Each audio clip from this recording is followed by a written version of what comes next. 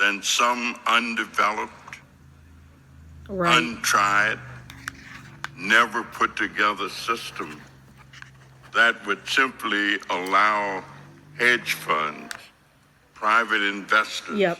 and those who We're talking about Social Security, if anybody wants to know. operate big businesses to make more money at the expense of the people that the services ought to be provided for. And it's for that reason that I think any changes, any thoughts, Peanut any butter and honey ideas sandwich.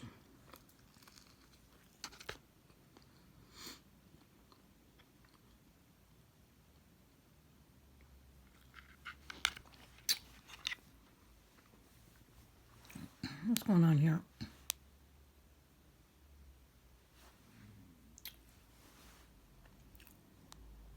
Get their earned benefit to make things more efficient. What we're doing now through Doge is so haphazard and so reckless. And the idea of trying to instill this fear in people and lay off the low-wage people, the provisionary employees in places that we're trying to hire people up to try and get to the backlogs, like in the IRS, where we make more money than we spend when we hire employees, doesn't make any sense to me. It's just bad management. And it's just scaring the hell out of everybody in the process. And there's going to be a price to pay politically for people because most of the federal employees live in Republican districts and in Democratic districts. But we'll see that as time goes on. All the stuff we're going to see. You say, we're not going to cut Social Security, we're not going to cut Medicaid, we're not going to cut Medicare. Well, we're going to find out in the next 6 months or so what people are really up to. Then we'll really know what it is. And it's not about instilling fear or not instilling fear. We're going to find out what it is as time goes on. Right now, we're concerned that what Doge is doing is reckless and irresponsible. Do we need to get rid of waste, fraud, and abuse? Yes. Do we need to make things more efficient? Yes. Do we need better technology? Yes. Do we need better procedures and processes? Yes. But the way that they're doing it right now, and I've given the examples before, laying off the people in the nuclear stockpile, laying off the people that oversee avian flu, laying off the people that oversee measles, doesn't make any sense to me. Mr. Chairman, thank you very much. I want to yield my remaining minute to Chairman Neal. My friend from Illinois, he said we don't have conversations, and we have a conversation. We just disagree with you on arithmetic. The arithmetic's pretty simple. Bush Jr., $2.3 trillion worth of tax cuts. 2017, borrowing $2.3 trillion for a tax cut. Now, to hold forth on the basis of what is alleged to be this out-of-control debt. Oh, and by the way, we're going to raise the debt ceiling by $4 trillion in coming weeks so that we can pay for another tax cut. I mean, the logic escapes all of us here. How we can hold forth and suggest on one hand, we're all very concerned about the debt. Oh, but borrow $2.3 trillion to add more to the debt. And now, $4 trillion we will add to the debt. But we can't have that conversation because it gets in the way of our determination to continue to do borrowing and then complain about the size of the debt. I yield back. Thank you, Chairman. Additional members wish to strike the last word? Seeing none, are there any amendments?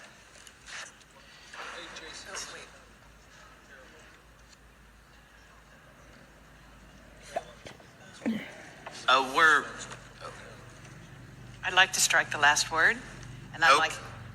Okay, we'll do that.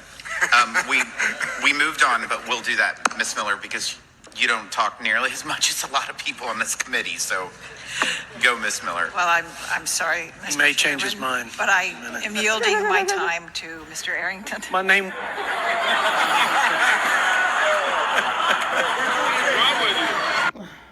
Will the gentleman yield? You know, I would only speak because my name was invoked. My name was invoked and my honor was questioned, and my integrity, my character.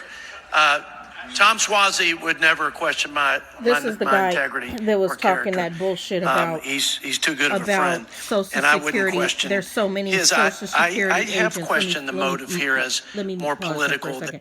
He's the one that talked about that they have to get rid of a lot of the agents in Social Security because there's just far more agents than there ever was before.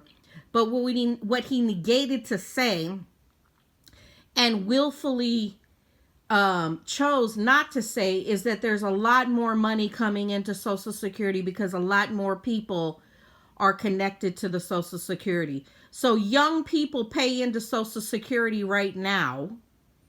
People who are from other countries pay into Social Security right now. And a lot of them have not been able to get any of the Social Security out, i.e. also so-called undocumented workers who pay into Social Security and get nothing out. So him saying there's more agents to pay for, yes, because there's more money in the pot to deal with. That's why. And principled. And I don't like to do that. But that's my judgment right now. I think it's too wrapped up in scoring political points. And we're whipping people up into a frenzy instead of working productively to solve some problems here. But I'm not, Tom, I'd have to look at those numbers. I have not looked at the numbers. But to suggest that the federal government had the same amount of employees in the 60s and 70s as we do in the 21st century, when we didn't even have the microwave oven, let alone. And what he again fails to speak on is the population in the 60s and 70s is not the same as the population today in America. He's not talking about that. We have a greater population in America that are working in the workforce. He's not talking about that. The internet is not that impressive of a stat, to be frank.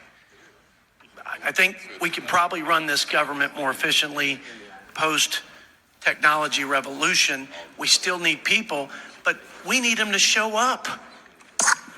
Like, I would have an easier time receiving some of this, really, with the sincere motive of needing more information, wanting more insight. If this, while he's speaking about showing up, he doesn't put or ask Elon Musk to show up because he's the one that made these cuts. And he made different design levels to these different departments, right? He wasn't supposed to. He was supposed to be, quote unquote, read only. Did not do that. And he's not in this meeting. So while we're talking about somebody to show up, Elon needs to show up. Passion and concern were directed to the many government employees who were not showing up for years. And this was post-pandemic. And we just accepted it as the new normal. And when we talk about, like some of my colleagues, the Democrat colleagues, about my constituents are worth it, this is their benefit, their earned benefit. There's that word salad, not showing up. I agree. So is he saying these employees are not showing up but yet still getting a paycheck? Is that what he's trying to say? Because that makes no sense. He's saying they're not showing up for their job. Get the fuck out of here with that lie. But why weren't we fighting to make sure that people were seats, butts were in seats, calls were being answered, cases were being resolved? The very fact in every congressional office experiences, we had casework through the roof for our retirees who couldn't get their phone calls returned and couldn't get their cases resolved. Will the gentleman yield? But where was the indignation? Where was the fight for these constituents at that time? While we're sitting here talking about business, and I want to reiterate the fact that no business hires more employees unless there's growth in the business. And growth in the business is a financial gain, okay? So while he's sitting here talking about more agents, clearly the reason why there's more agents is because there's more growth or there's more money coming into Social Security. And this is the thing. You have management. if an employee is not doing their job, then they do get terminated. But you don't do mass terminations without evaluations, without management seeing what's going on. And that's not what Elon did. So any corporate business, if you know anything about corporate businesses, you have sub-managers, you have managers above those managers, managers above those managers, and depending on how big the corporation is, then you've got your CEO. So what Elon did when he went in, and let's just say this was a business that he went into, and it wasn't. It's our money, it's our government, it's all of those things he had no business being in. But if he was in a business, he wouldn't be the one going down and firing in a business as a CEO, quote unquote, somebody on ground level. The message would have got passed to his underling supervisor, so on and so forth, until it got to the proper supervisor to either take action and or fire somebody. That's not what happened. Let's continue. Will the gentleman yield? It's a sad thing in this country that we need retirees, our beloved seniors, to have to they're so work through beloved. their They're so beloved. You don't mind cutting their fucking resources off that they paid into, though. That's how beloved they are. of Congress just to get a All that daggum word salad phone call bullshit return. talk. So I would accept some of this is in a more sincere fashion if it was consistently applied when we had Democrat control and we had other big inefficiency problems. I trust the president. I trust people who have a track record of successfully and efficiently and effectively running organizations.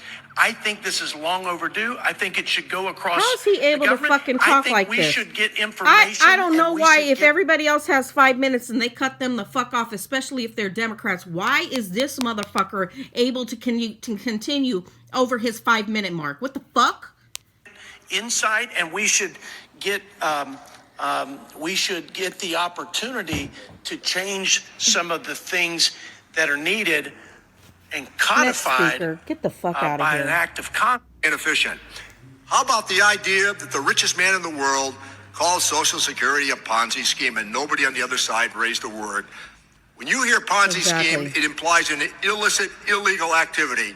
Tens of millions of Americans, since Mr. Roosevelt signed that document, have benefited from an earned benefit. We are fighting to protect 70 million Social Security beneficiaries from an out-of-control executive branch, and we intend to protect the data of every American. Thank you. The American people deserve answers as to what's happening to Social Security. Treasury and every other government agency has found itself in Doge's crosshairs. You need to speak up on the other side. Ask some questions about where this is all headed. And with that, I yield back the balance of my time. Thank you. The committee will. That's it. I'm not going to play anymore, but there you have it. So you got the Republicans with the word salad bullshit lies. Still won't bring Elon in. And then the Democrats are asking what the fuck is really going on with Doge. We need answers.